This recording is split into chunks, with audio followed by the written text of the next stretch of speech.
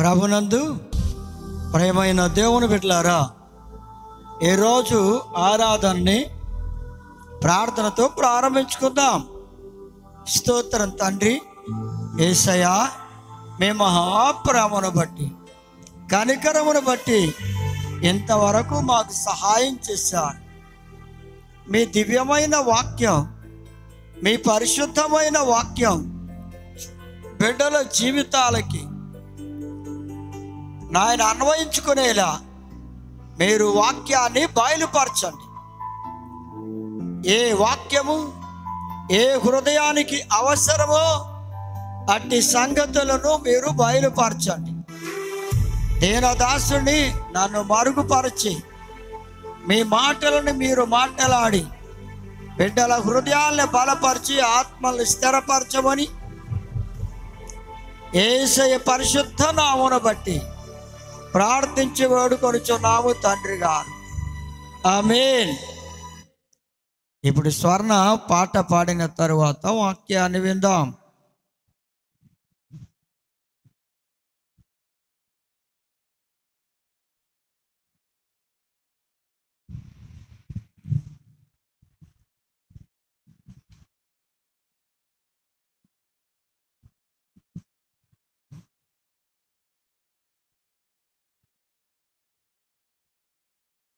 రాజాని సన్నిధి చాలునయా, నిత్యము నాకు చాలునయా. రాజాని సన్నిధి చాలునయా, నిత్యము నాకు చాలునయా. సన్నిధి సన్నిధి దైవ సన్నిధి, ఆ సన్నిధి సన్నిధి దైవ సన్నిధి. రాజాని సన్నిధి చాలునయా, నిత్యము నాకు చాలునయా. వేకువనే వెదకెదను, వేకువనే వెదకెదను, ఆశతో నిన్ను వెదకెదను, ఆశతో నిన్ను వెదకెదను. సన్నిధి సన్నిధి దైవ సన్నిధి, ఆ సన్నిధి సన్నిధి దైవ సన్నిధి. రాజాని సన్నిధి చాలునయా, నిత్యము నాకు చాలునయా. రాజాని సన్నిధి చాలునయా, నిత్యము నాకు చాలునయా. లోకమంతా మాయే గదా, లోకమంతా మాయే గదా, నీ ప్రేమే చాలునయా, నీ ప్రేమే చాలునయా. సన్నిధి సన్నిధి దైవ సన్నిధి, ఆ సన్నిధి సన్నిధి దైవ సన్నిధి. రాజాని సన్నిధి చాలునయా, నిత్యము నాకు చాలునయా. రాజాని సన్నిధి చాలునయా, నిత్యము నాకు చాలునయా.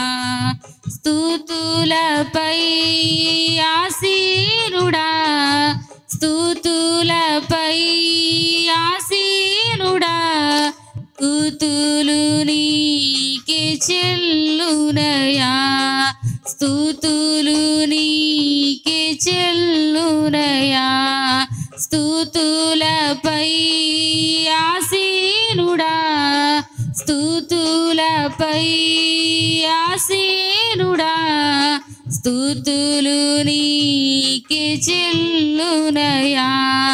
స్తుతులు నీకే చెల్లునయా సన్నిధి సన్నిధి ఇవ సన్నిధి ఆ సన్నిధి సన్నిధి దైవ సన్నిధి రాజాని సన్నిధి చాలునయా నిత్యము నాకు చాలునయా రాజాని సన్నిధి చాలునయా నిత్యము నాకు చాలునయా సన్నిధి సన్నిధి దైవ సన్నిధి ఆ సన్నిధి సన్నిధి దైవ సన్నిధి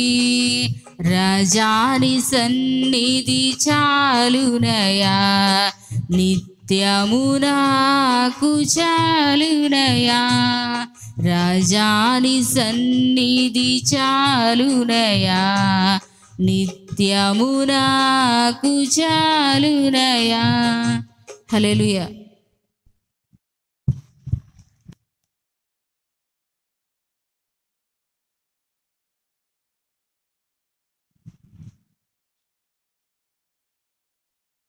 దేవుని మహాకృపను బట్టి వాక్యం వినే సమయానికి వచ్చాం. ప్రేమన్న దేవుని బిడ్డలారా, కొలస్సలకు రాసిన పత్రిక 1వ అధ్యాయం 23వ వచనంలో చూస్తే, పునాది మీద కట్టబడిన వారు స్థిరముగా ఉండి మీరు విన్నట్టు ఆకాశము క్రింద ఉన్న సమస్త సృష్టికి ప్రకటింపబడినట్టు ఈ స్వార్థ వలన కలుగు నిరీక్షణ నుండి తొలగిపోక విశ్వాసమందు నిలిచియుండిన ఎడల ఇది మీకు కలుగును. ప్రియమైన దేవుని బిడ్డలారా, జాగ్రత్తగా ఆలోచించండి. పునాది మీద కట్టబడిన వారు పునాది మీద కట్టబడాలి. పునాది ఇంత బలంగా ఉంటే అంత అన్ని అంతస్తులను కట్టుకున్న ఆ బిల్డింగు స్థిరంగా నిలుస్తుంది. అందుచేత ప్రేమన్న దేవుని బిడ్డలారా, పునాది మీద కట్టబడిన వారు పునాది లోతుగా ఉండాలి. లోతైన పునాది వేసుకోవాలి. పునాది లోతుగా ఉంటే దాని మీద కట్టబడే కట్టడములన్నీ కూడా, అంతస్తులన్నీ కూడా స్థిరంగా బలంగా ఉంటాయి. కనుక పునాది లోతుగా ఉండాలి, లోతుగా తవ్వబడాలి, లోతుగా ఉండాలి పునాది.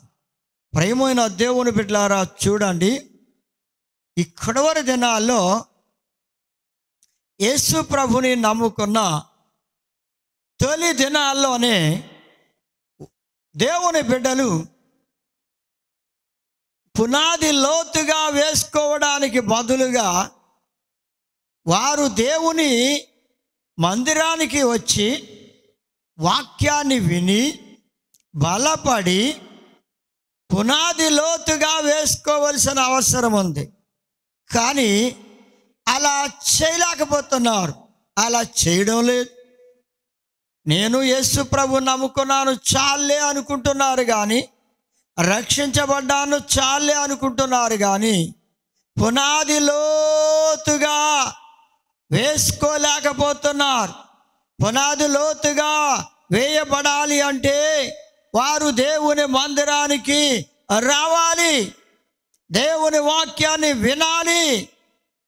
ఎన్నో పనులు ఉంటాయి లోకములో, నీ సొంత పనులు ఎన్ని ఉన్నా నీకు నీ పునాది లోతుగా వేయబడాలి, బలంగా ఉండాలి అంటే నీవు ప్రారంభ దినాల్లోనే అశ్రద్ధ చేస్తే పునాది ఎలా బలంగా ఉంటుంది? పునాది లోతుగా వేసుకోవడానికి అవకాశం ఏది? అందుకే దేవుని బిడ్డలారా, నీ జీవితంలో నీవు లోతైన పునాది వేసుకోవడానికి దేవుని సన్నిధికి రావాలి. దైవ వాక్యాన్ని వినాలి. వాక్యం మీద కట్టబడుతూ ఉండాలి. వాక్యం మీద కట్టబడుతూ ఉండాలి. వాక్యం చేత బలపరచబడుతూ ఉండాలి. లేకపోతే స్థిరంగా ఉండలేరు. వాళ్ళు విశ్వాసములో స్థిరంగా ఉండలేక వారు దేవుని సన్నిధి అంటే ఆశ లేకుండా ఉంటారు. దేవుని సన్నిధికి రారు. దేవుని వాక్యం వినడానికి ఆసక్తి చూపరు. ఇలా కొంతకాలం ఉంటే వారి జీవితంలో విత్తనాలు చూడండి. విత్తేవాడు విత్తనాల్ని విత్తుకుంటూ వెళ్ళినప్పుడు కొన్ని త్రావు ప్రక్కన పడ్డాయి, కొన్ని రాతి నీళ్ళను పడ్డాయి, కొన్ని ముళ్ళ తుప్పల్లో పడ్డాయి, కొన్ని మంచి నేలను పడ్డాయి. అయితే ఎప్పుడైతే నీవు అశ్రద్ధ చేస్తూ ఉంటావో, దేవుని మందిరానికి రాకుండా, దేవుని సన్నిధికి రాకుండా, నిర్లక్ష్యం చేస్తూ, వాక్యాన్ని వినకుండా, ఆసక్తి లేని స్థితిలో నీవు ఉంటే, నీ మనస్సు పరిపరి విధాలుగా వెళుతూ నెమ్మది లేకుండా క్రమేపీ నీలో ఉన్న సమాధానం తొలగిపోద్ది సోదరి సోదరుడా. అందుకే పునాది లోతుగా ఉండాలి అంటే నీవు దేవుని సన్నిధికి వస్తూ ఉండాలి, వాక్యాన్ని వింటూ ఉండాలి. అలా వాక్యం చేత బలపరచబడాలి. అప్పుడు నీవు స్థిరంగా ఉంటావు. నిరాశలు రావు, నిస్పృహలు రావు. దేవుడే నాకు సహాయం చేస్తాడు. ఏ విషయానికైనా, ఏ సమస్య అయినా, ఏ అవసరమైనా, ఏదైనా చేయగలిగిన దేవుడు. ఆయనకు అసాధ్యమైనది లేదు. ఆయనకు సమస్తము సాధ్యం. ఆయనే చేస్తాడు నా ఎడల అని నీవు విశ్వసించాలి. నీ విశ్వసిస్తే నీ విశ్వాసము అంతకంతకి పునాది లోతుగా వేయబడడం వల్ల విశ్వాసము స్థిరమవుతుంది. విశ్వాసం స్థిరం కాకపోతే చూడండి, ఆ ముళ్ళ తుప్పల్లో పడ్డ విత్తనం మొలిచింది, ఎదిగింది. ఆ ముళ్ళ తుప్పలు అణిచివేయడం వల్ల వాళ్ళు ప్రభువులో నిలవకుండా మరలా తిరిగి లోకములోనికి వెళ్ళిపోతూ ఉన్నారు. అందుచేత ఆ ముళ్ళ తుప్పల్లా లోకాశలు, ఐహిక విచారాలు, ధనమోసం, శరీర కార్యాలు వ్యర్థమైనవి నిన్ను అణిచివేస్తాయి. విశ్వాసమును, నీ విశ్వాసమును అణిచివేస్తాయి. ఫలించే స్థితి ఏది? ఎక్కడ ఫలిస్తావు సోదరి సోదరుడా? అందుకే దేవుని సన్నిధికి వచ్చి వాక్యాన్ని విని బలపరచబడాలి. ఎన్ని వారాల నుంచి నీవు దేవుని సన్నిధికి రాలేకపోతున్నావు? ఎంతకాలము నుండి దేవుని సన్నిధికి దూరంగా ఉన్నావు? సహవాసానికి ఎడంగా ఉన్నావు? ఆత్మలో ఎదగకుండా, ఆత్మలో బలహీనంగా ఉన్నావు? నిన్ను గూర్చి నీవి ఎప్పుడైనా ఆలోచించావా? పనులు లేని మనిషి అంటూ ఉండడు. చేస్తూ ఉంటే పని ఎప్పుడు ఉంటుంది, చెయ్యని వానికి ఎప్పుడు పని ఉండదు. కనుక నీవు నీ సొంత పనుల కొరకే ఆలోచన చేస్తున్నావా? లేకపోతే దేవుని సన్నిధిలో నేను బలపడాలి, నా పునాది లోతుగా వేసుకోవాలి, నేను స్థిరంగా క్రీస్తు ప్రభువులో విశ్వాసములో స్థిరంగా ఉండాలి అని అనుకుంటే నువ్వు దేవుని మందిరానికి వచ్చి వాక్యాన్ని వింటూ ఉండాలి. పునాది మీద కట్టబడకపోతే, పునాది లోతుగా ఉండకపోతే, పునాది మీద కట్టబడకపోతే స్థిరంగా ఉండలేవు విశ్వాసములో. అవిశ్వాసము చోటు చేసుకుంటుంది. అనాలోచనగా ఉంటా, బలహీనమైన స్వభావం వస్తుంది. ప్రార్థన అంటే నిర్లక్ష్యం వస్తుంది. కొంచెం సేపు కూడా ప్రార్థన చేయలేవు. క్రమేపీ లోకం వైపు నడిపించబడతా. సాతానుడు నిన్ను బలహీనపరిచి విశ్వాసము నుండి నిన్ను తొలగిస్తాడు. జాగ్రత్త పడు సోదరుడా. ఎంతకాలం అశ్రద్ధ చేస్తావు? ఎంతకాలం దేవునికి దూరంగా ఉంటావు? ఎంతకాలము పునాది లోతుగా వేయబడ్డానికి ఇష్టపడకుండా, లోతుగా వేసుకొనకుండా, పునాది లోతుగా వేసుకొనకుండా ఎంతకాలం అశ్రద్ధ చేస్తావు? పునాది లేకుండా ఆ ఇల్లు కడితే ఆ ఇల్లు ఎలా నిలబడుద్ది? నీ జీవితమే ఇల్లు, నీవే ఆ ఇల్లు.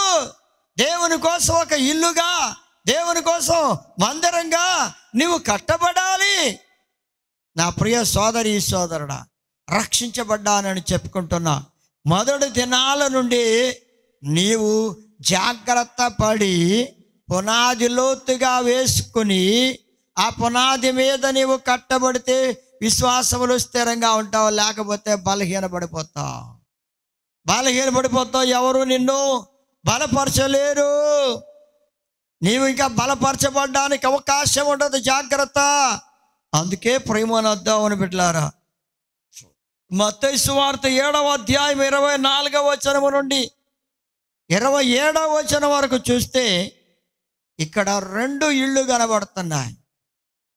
2 ఇళ్ళు అంటే 2 పునాదులు ఉన్నాయి. 2 పునాదులు ఏమిటంటే, ఒకటి బండ మీద పునాది, రెండవది ఇసుక మీద పునాది వేసుకున్న ఇల్లు. 2 ఇళ్ళు కూడా చక్కగా కట్టబడ్డాయి. ఏమి లాభం? పునాది వేయబడని, పునాది లేకుండా, లోతైన పునాది లేకుండా కట్టబడిన ఇల్లు ఇసుక మీద, బండ మీద లోతైన పునాది వేయబడి కట్టబడిన ఇల్లు. పునాది లోతుగా ఉన్న ఇల్లు ఎలా ఉంటుందో, పునాది లోతుగా లేకుండా ఉన్న ఇల్లు ఎలా, కట్టబడిన ఇల్లు ఎలా ఉంటుందో ఎప్పుడైనా నీవు ఆలోచించావా? ఇదిగో దేవుని వాక్యం అంటుంది, బండ మీద పునాది వేసుకున్న ఇల్లు స్థిరంగా ఉంటుంది. ఈ స్థిరంగా ఉంటుందని ఎప్పుడు కనబడుతుంది? నీ విశ్వాసం స్థిరంగా ఉందని ఎప్పుడు తెలుస్తుంది? కష్టములు వచ్చినప్పుడు, శోధనలు వచ్చినప్పుడు, శ్రమలు వచ్చినప్పుడు, బాధలు వచ్చినప్పుడు, నష్టాలు కలిగినప్పుడు, వేదనకరమైన బ్రతుకు నీ జీవితాన్ని తాకినప్పుడు నీవు అప్పుడు నిలవాలి. అదే విశ్వాసములు స్థిరంగా నిలబడ్డం అంటే. సుఖంగా సంతోషంగా ఉన్నప్పుడు నిలబడ్డం కాదు, అది తేలిక. కానీ కష్టాలలో నిలబడిన విశ్వాసమే స్థిరమైనది. అందుచేత ప్రేమనొద్దామని బిడ్డలారా, బండ మీద లోతైన పునాది వేసుకున్న ఆ ఇల్లు ఆలస్యంగా కట్టబడింది. సమయం ఎక్కువ తీసుకుంది. చాలా శ్రమ పడ్డాడు ఆ పునాది లోతుగా వేయడానికి. బండ మీద ఎంతో కష్టపడవలసి వచ్చింది. ప్రేమన్న దేవుని బిడ్డలారా, లోతైన పునాది వేయబడాలంటే నీవెంతో శ్రమ పడాలి. నీ ప్రయాసం వృధా కాకుండా ఉండాలంటే నీవు చాలా శ్రమ పడాలి. శ్రమల మార్గం గుండా నీవు ప్రయాణం చేస్తున్నప్పుడు ఇష్టపడాలి. కానీ తిరుగుబాటు చేయొద్దు. దేవుని మీద తిరుగుబాటు చేయొద్దు. దేవుని మీద కోపగించొద్దు. ఎందుకు ఇలా జరగాలి? నాకెందుకు ఇలా జరగాలి? నాకెందుకు ఈ కష్టాలు రావాలి? నాకెందుకు ఇబ్బందులు రావాలి? నాకెందుకు ఈ శోధనలు రావాలి? నాకెందుకు ఈ కష్టాలు రావాలి అని నువ్వు తలంచవద్దు. సోదరుడా, దేవుని వాక్యం చెప్తుంది, ఆ బండ మీద పునాది వేయడం చెమట ఊడుస్తున్నాడు, కష్టపడుతున్నాడు. లోతుగా పునాది వేయడానికి ఎంతో శ్రమపడ్డాడు. చివరికి ఆ బండ మీద లోతైన పునాది మీద ఇల్లు కట్టబడింది. ఆలస్యమైంది, సంవత్సరాల తరబడి కట్టినట్లయింది. ఆయన ప్రేమను దేవుని బిడ్డలారా, వరదలు వచ్చాయి, వర్షాలు వచ్చాయి, తుఫాన్లు వచ్చాయి, వరదలు వచ్చాయి. ఆ ఇంటి మీద గాలి వర్షం కొట్టినా, వరదలు వచ్చినా ఆ ఇల్లు చెక్కు చెదరకుండా నిలిచి ఉన్నది. చెక్కు చెదరలేదు, అది నిలిచే ఉన్నది. నీ విశ్వాసం కూడా కష్టములు, శోధనలు, శ్రమలు నిన్ను కొడుతూ ఉన్నప్పుడు, నిన్ను బాధ పెడుతూ ఉన్నప్పుడు, నీ కలుగుతూ ఉన్నప్పుడు నీ విశ్వాసం చెక్కు చెదరనిదిగా నిలిచి ఉండాలి. అది దేవుడు కోరుకుంటున్నది. ప్రేమన్న దేవుని బిడ్డలారా, అయితే మరొక ఇల్లు ఉందన్న. ఆ ఇల్లు అయితే ఇసుక మీద పునాది చాలా తేలిగ్గా తీసేసాడు.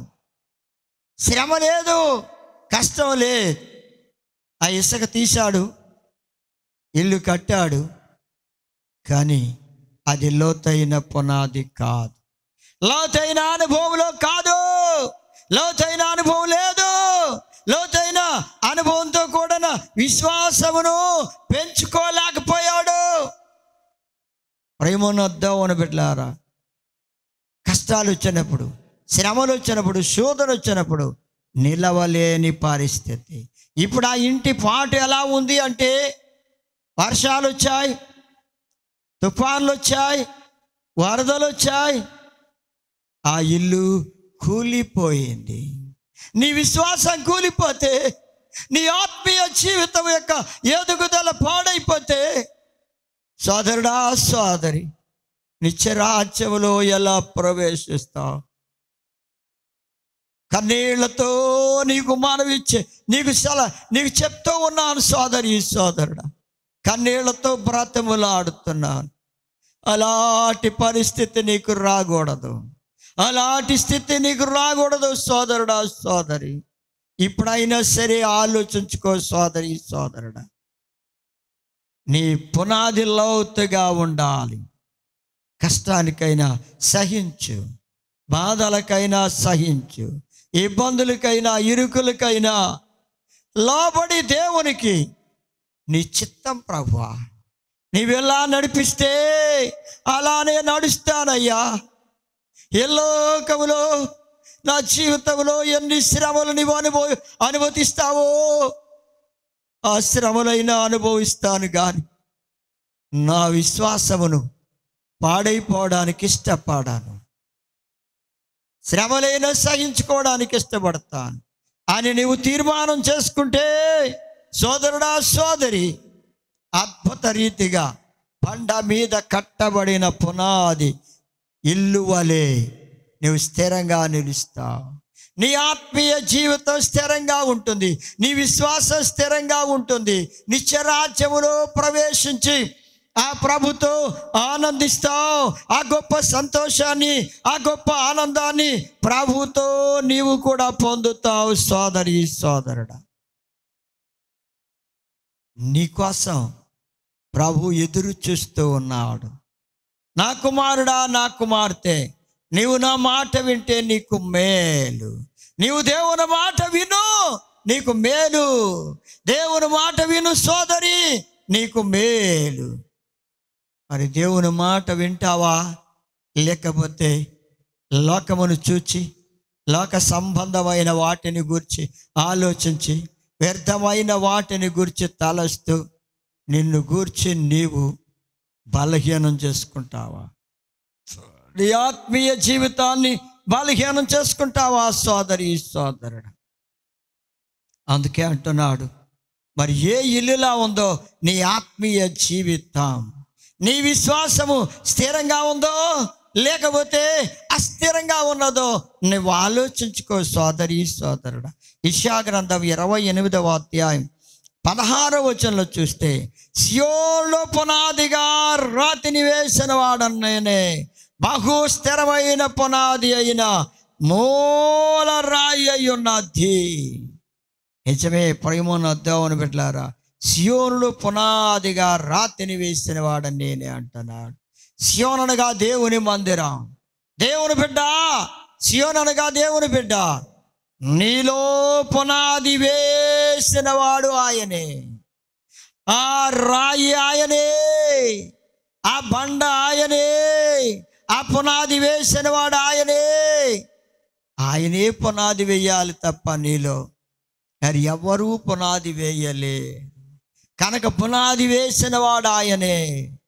నీ జీవితంలో దేవుని రాజ్యమును గూర్చి, నిత్య జీవమును గూర్చి ఆ తలంపు, ఆ ఆలోచన, ఆ ఊహ, ఆ ఉద్దేశ్యము నీలో పుట్టేలా చేసినవాడు ఆయనే. ఆ పునాది సియోనులో దేవుని మందిరములో నీలో వేసినవాడు ఆయనే. ఆ మూల రాతిని వేసినవాడు ఆయనే. ఆయనే ప్రభు అయిన యేసుక్రీస్తు. నీవు బహుస్థిరమైన పునాదిగా ఉండాలని ఆయన కోరుకుంటున్నాడు. ఆయన కోరుకుంటున్నాడు సోదరి సోదరుడా. బహుస్థిరమైన పునాది. పునాది స్థిరంగా ఉంటే ఎన్ని అంతస్తులైనా కట్టొచ్చు. పునాది స్థిరంగా లేదు, కొంగిపోతుంది పునాది, లేదా వంగిపోతుంది పునాది. పునాది బలహీనమైపోతుంది. అది కృంగిపోతూ ఉంటే ఆ పునాది, దాని మీద కట్టబడిన ఆ అంతస్తులన్నీ కూడా బీటలు వారి అది కూలిపోతుంది తప్ప నిలవనే నిలవదు. ఒకళ్ళు అనుకోవచ్చు, నేను ఎంతో విశ్వాసంతో ఉన్నాను, నేనెంతో భక్తితో ఉన్నాను, నాకేం పర్వాలేదులే, మందిరానికి వెళితేనేనా, వెళ్ళకపోతే నేను విశ్వాసంలో లేనా అని నిన్ను నీవు సరిపెట్టుకుంటూ నీ పునాదిని గూర్చి అతిశయపడుతున్నావేమో. అతిశయపడవద్దు సోదరి సోదరుడా. ఇవురు కూడా పునాదిని గురించి అతిశయపడవద్దు. ఈ పునాది దేవుడు వేసేదే కానీ నువ్వు వేసుకునే పునాది కాదు. అది నీలో నువ్వు వేసుకునే పునాది కాదు సోదరి సోదరుడా. ప్రభు నీలో వేసే ఆ పునాది. ఆ రాయి ఆయనే, మూల రాయి, పునాది రాయి ఆయనే. బహుస్థిరమైన పునాది రాయిగా ఉన్నవాడు ఆయనే. నిన్ను బహుస్థిరంగా స్థిరమైన పునాదిగా చేయాలని ఆయన కోరుకుంటూ ఉన్నాడు. అందుకే పునాది అనేది ఒకసారి వేయబడుతుంది. ఆ పునాది అనేది ఒకసారి వేయబడుతుంది. వేసేవాడు కూడా ఒక్కడే, అంతే తప్ప అనేక మంది పునాదిని వేయలేరు. వేసేది ఒకే ఒక పునాది, వేసేవాడు కూడా ఒక్కడే. అందుకే కొరింథీయులకు రాసిన మొదటి పత్రిక 3వ అధ్యాయం 11వ వచనంలో చూడండి. వేయబడిన పునాది తప్ప మరొక పునాది ఎవ్వరును వేయనారాడు. ఎవరి వల్ల కాదండి. ఈ పునాది ఎవరో వేస్తున్నారు అనుకుంటున్నావేమో. వేసేవాడు ఒక్కడే ఆయనే. ఆయనే వేస్తాడు ఆ పునాది, మరెవరు ఇంకా వెయ్యలేరు. ఒకవేళ పునాది కృంగిపోతే ఇంకా పునాది ఎవరో వేస్తారులే అనుకుంటున్నావేమో. ఎవరి వల్ల కాదు, ఎవరు వేయలేరు. వేయబడిన పునాది తప్ప ఇంకో కొత్త పునాది ఏది రాదు. అసలు ఆ పునాది ఆయనే, క్రీస్తు ప్రభువే నీలో వేశాడు. ఈ పునాదే తప్ప ఇంకో పునాది రాదు. ఇంకో పునాది మరొకటి రాదు. అందుకే యేసుక్రీస్తు అందరికీ ప్రభు. ఆయనేనండి ఆ పునాది. నీలో వేసింది ఆయనే. వేయబడిన పునాది ఒకటే. ఆ పునాది వేసిన వాడు దేవుడే. ఇంకెవరు కూడా ఆ పునాది వేయలేరు. ఈ పునాది యేసుక్రీస్తే. యేసుక్రీస్తు ప్రభువే నీలో పునాది వేశాడు. ఈ పునాది నీలో వేయబడింది. ఈ పునాది మీద నీవు కట్టబడుతూ ఉండాలి. దినదినము కట్టబడుతూ ఉండాలి. బిల్డింగ్ ఒకేసారి ఒక్క నిమిషంలో కట్టబడిపోయేది కాదు. ఒక రోజులో కట్టబడిపోయేది కాదు. బిల్డింగ్ రోజు రోజు రోజు రోజు రోజు కట్టబడుతూ ఉండేదే బిల్డింగ్. నీ ఆత్మీయ జీవితం రోజు రోజు కట్టుకోవాల్సిందే తప్ప ఒక రోజుతో కట్టబడేది కాదు. నీ ఆత్మీయ జీవితం ఒక్క రోజులోనే కట్టబడిపోతుంది అనుకుంటున్నావేమో. సోదరుడా, అలా కట్టబడేది కాదు. రోజు రోజు కట్టబడుతుంది, రోజు రోజు కట్టబడుతుంది. ఆ కట్టబడ్డానికి నీవు ఇష్టపడాలి, ఆ కట్టబడ్డానికి ఇష్టపడాలి. ఆ పునాది క్రీస్తే. క్రీస్తనే పునాది. క్రీస్తనే పునాది మీద నీవు కట్టబడుతూ ఉండాలి. ఆ పునాది నీలో వేయబడాలి. ఆ యేసు ప్రభులోనే నీవు కట్టబడుతూ ఉండాలి. సోదరి సోదరుడా, ఎఫెసీయులకు రాసిన పత్రిక 2వ అధ్యాయం 20వ వచనం అంటాడు, యేసు క్రీస్తు ప్రభువే ఆయన మూల రాయి అయి ఉన్నాడు. ఆ మూల రాయి ఆయనే. ఆ మూల రాయి మీద అపోస్తలులు అలాగే ప్రవక్తలు పునాది మీద మీరు కట్టబడుతున్నారు అన్నాడు.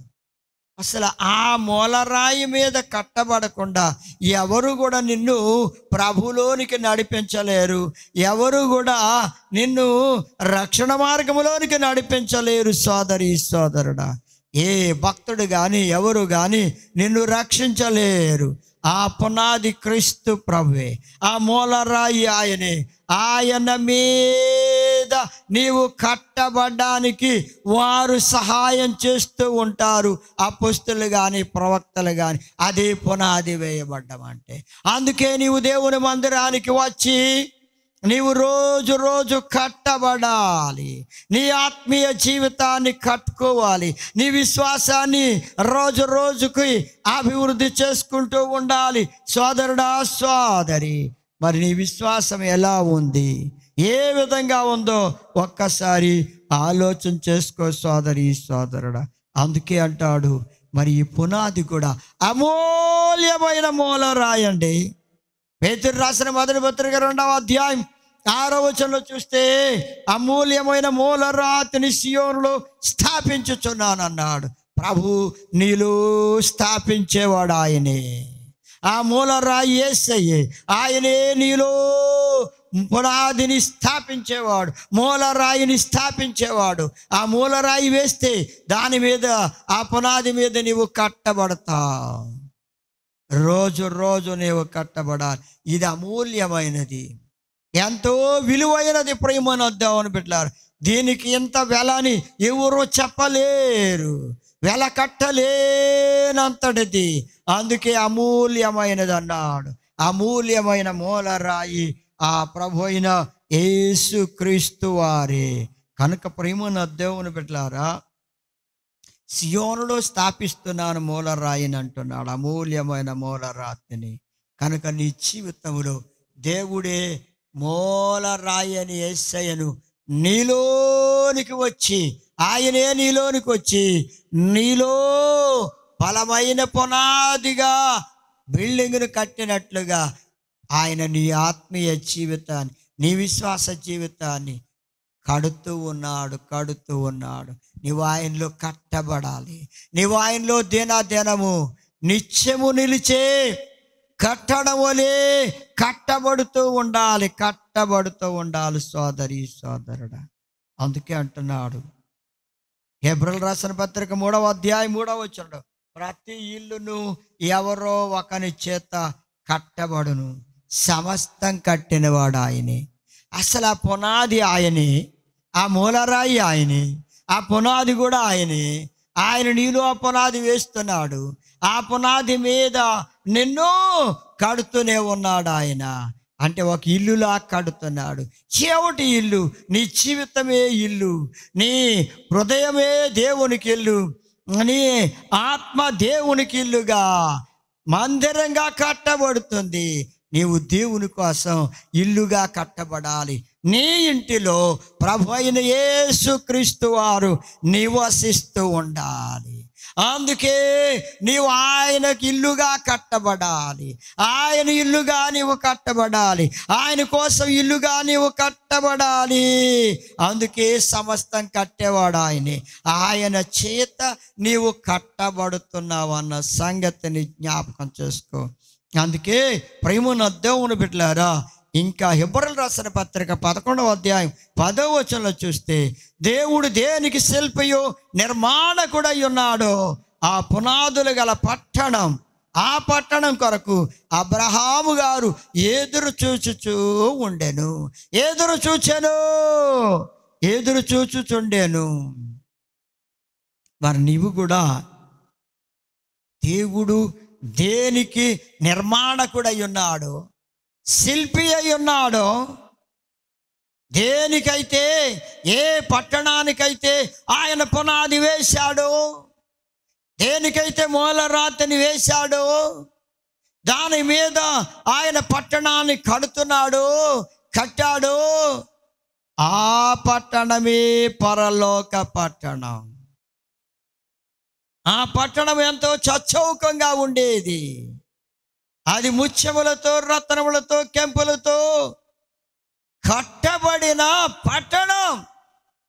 కనుక ప్రియమైన దేవుని బిడ్డలారా, బలమైన పునాది కలిగిన ఆ పునాది మీద కట్టబడిన ఆ గొప్ప పట్టణమే పరలోక రాజ్యం, పరలోక పట్టణం.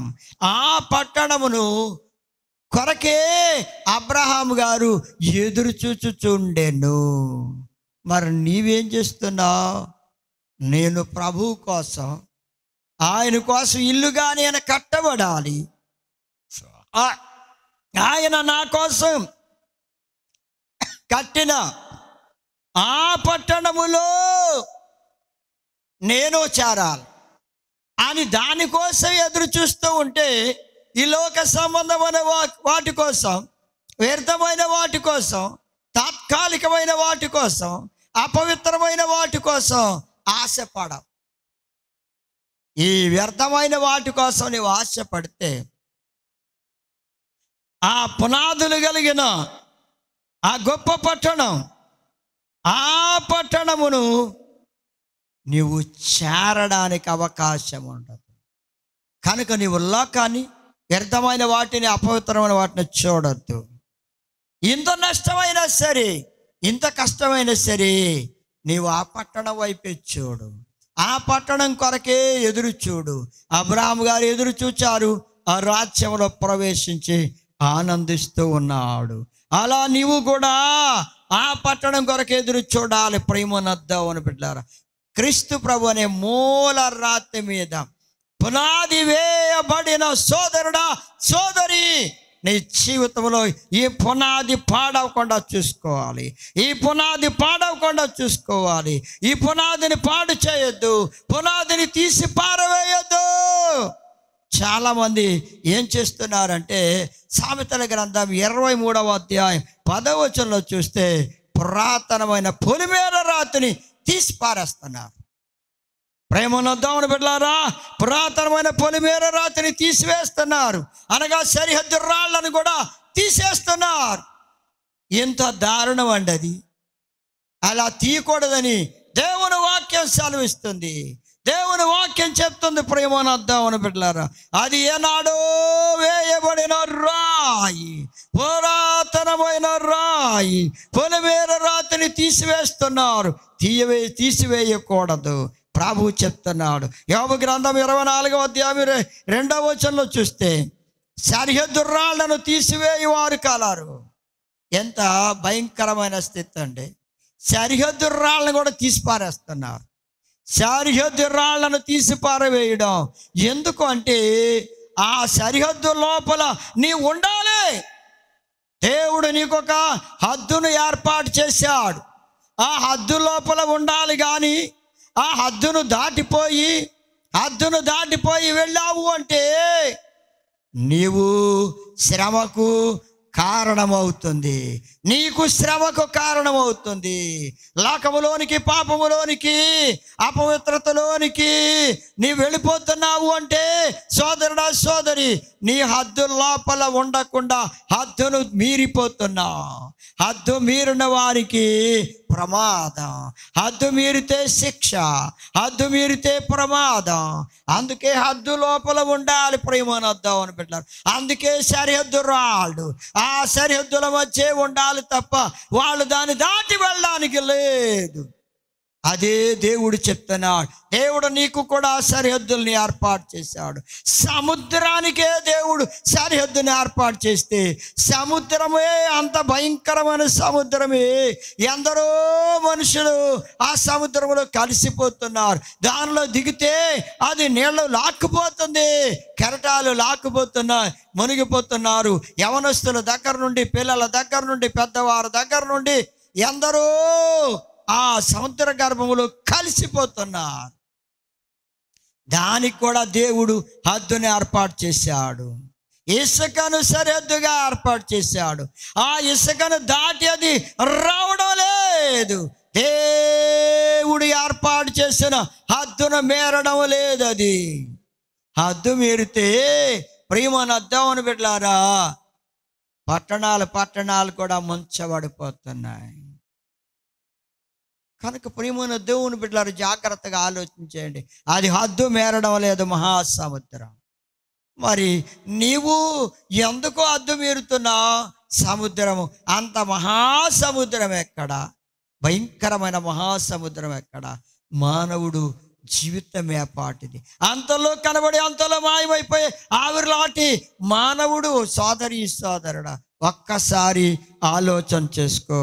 నీవు నీ హద్దులు దాటి వెళ్ళిపోతున్నావేమో.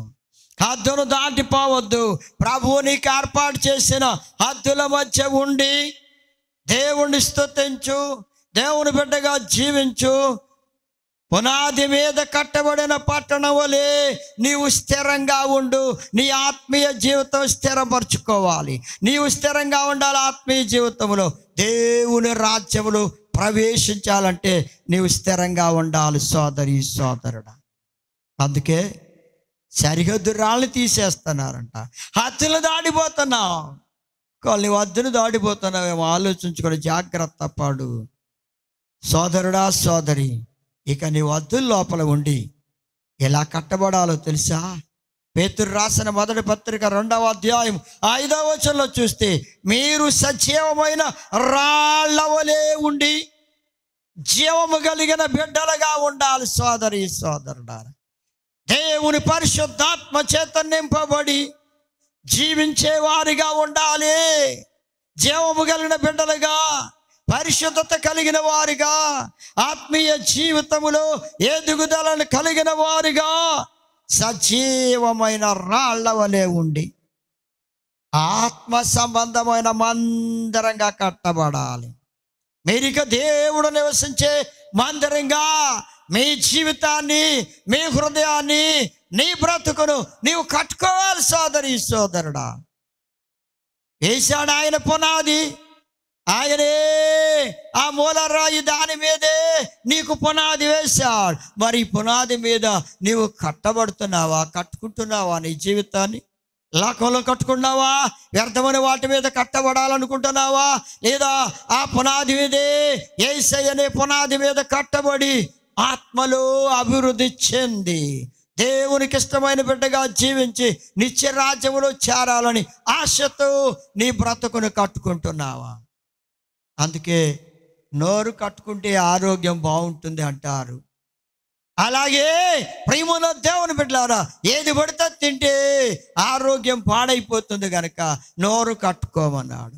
అలాగే నీవు కూడా ఏం చేయాలో తెలుసా? ఆత్మ సంబంధమైన మందిరంగా కట్టబడ్డానికి జాగ్రత్త పడాలి. నీవు కూడా జాగ్రత్తగా ఉండాలి. హద్దులు దాటి వెళ్ళిపోవద్దు. నీవు జాగ్రత్తగా దేవుళ్ళు నీ ఆత్మీయ జీవితాన్ని కట్టుకొని ప్రభు బిడ్డగా జీవించు. పునాది మీద కట్టబడిన వారు స్థిరంగా ఉంటారు. వారు స్వార్థ వలన కలిగిన నిరీక్షణ నుండి తొలగిపోక విశ్వాసములో నిలిచిన వారుగా ఉంటారు. నిలిస్తేనే దేవుని రాజ్యంలో చేరతావు. అబ్రహాము గారు నిలిచారు, విశ్వాసులకు తండ్రి. నీవు కూడా విశ్వాసంలో నిలిస్తే, విశ్వాసంలో నిలిస్తే దేవుని రాజ్యంలో చేరతావు. దేవుడి వాక్యం దీవించు గాక. ఆమేన్. ప్రార్థన చేద్దాం. స్తోత్రం తండ్రి, పరిశుద్ధుడైన దేవుడు, మీ మహాప్రేమ వాత్సల్యతను బట్టి ఎంతవరకు బిడ్డలు నాయన వాక్యం విన్నారు తండ్రి. విన్న వాక్యం వారి జీవితములు ఫలింపచేయండి. పునాది మీద కట్ట కట్టబడిన ఇల్లు వలె, లోతైన పునాది మీద కట్టబడిన ఇల్లు వలె బిడ్డలు వారి జీవితాల్ని, ఆత్మీయ జీవితాల్ని కట్టుకొని పరిశుద్ధంగా జీవించడానికి మీకు మహిమ తెచ్చే బిడ్డలుగా సిద్ధం చేయండి. పునాది లేని ఇల్లు, ఇసుక మీద కట్టబడిన ఇల్లు కూలిపోయినట్లుగా వరదలు వస్తే, తుఫాను వస్తే కూలిపోయిందని విన్నా. అయ్యా, అలాంటి భయంకరమైన స్థితి, శ్రమలు, శోధనలు, బాధలు, కష్టాలు వస్తే విశ్వాసముడు తొలగిపోక మీ కొరకు నమ్మకంగా జీవించే వారిగా సిద్ధం చేయండి. మీ గణనామానికి మహిమ, ఘనత, ప్రభావాలు తెచ్చుకోండి. అయ్యా, దేశాన్ని, దేశ నాయకుల్ని దీవించండి. రాష్ట్రాన్ని, రాష్ట్ర నాయకుల్ని దీవించండి. వాక్యం విన్న ప్రతి బిడ్డను దీవించి ఆశీర్వదించి ఆత్మల అభివృద్ధి కలిగించి రక్షించమని, విశ్వాసములు స్థిరపరచమని యేసయ్య పరిశుద్ధ నామమును బట్టి ప్రార్థించి వాడుకొనుచున్నాను తండ్రి. ఆమేన్. మన తండ్రి అయిన దేవుని ప్రేమ, ప్రభు అయిన యేసుక్రీస్తు వారి కృప, పరిశుద్ధాత్మ అన్యోన్య సహవాసము సదాకాలము బిడ్డలకు తోడై నడిపించును గాక. ఆమేన్.